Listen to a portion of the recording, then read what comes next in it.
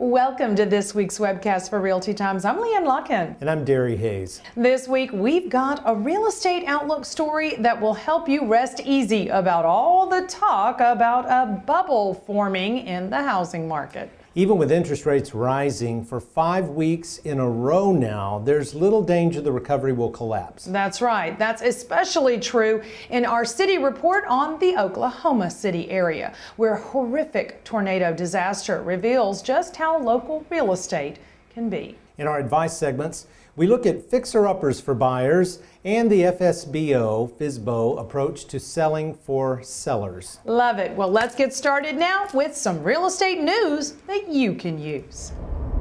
Rest easy about all the doom and gloom bubble talk. It's mostly, well, full of hot air. With home prices still well below peak prices of the last boom, the nation hasn't finished with the last housing crisis. It's way too early to worry about the next bust, and a growing number of economists are loudly rejecting housing bubble predictions as efforts to grab headlines. That's right. Two new housing reports say that the housing recovery has gotten off to a really hot start, and that is likely to cool off. But the recovery is here to stay, at least as long as half of the decade or more.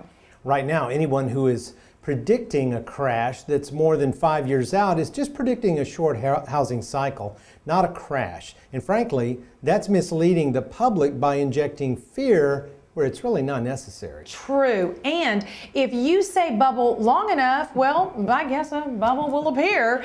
It's in June 7th Kiplinger letter. The 85-year-old publication reports we just don't see it.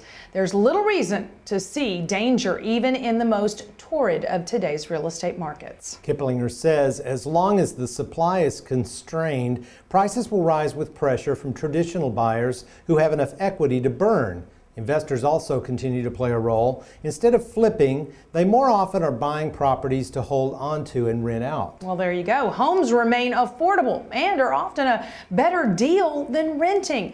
Kiplinger says on average only 13% of median family incomes go to mortgage payments compared to 24% in 2006. Kiplinger concedes the current double-digit price increases are unusual.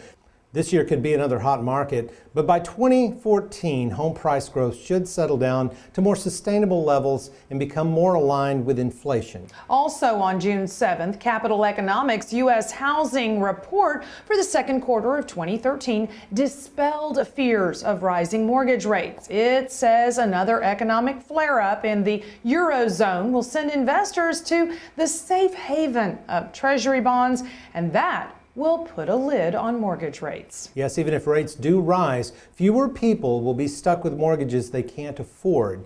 95% of borrowers with Fannie Mae and Freddie Mac mortgages are on fixed rates. That's a record high level. Yes, it is. Capital Economics also says home values remain at least several years from peak values reached during the last boom. Even if income rises at 4% per year rate to support home prices growing at 8% per year, housing values won't return to peak levels until 2016.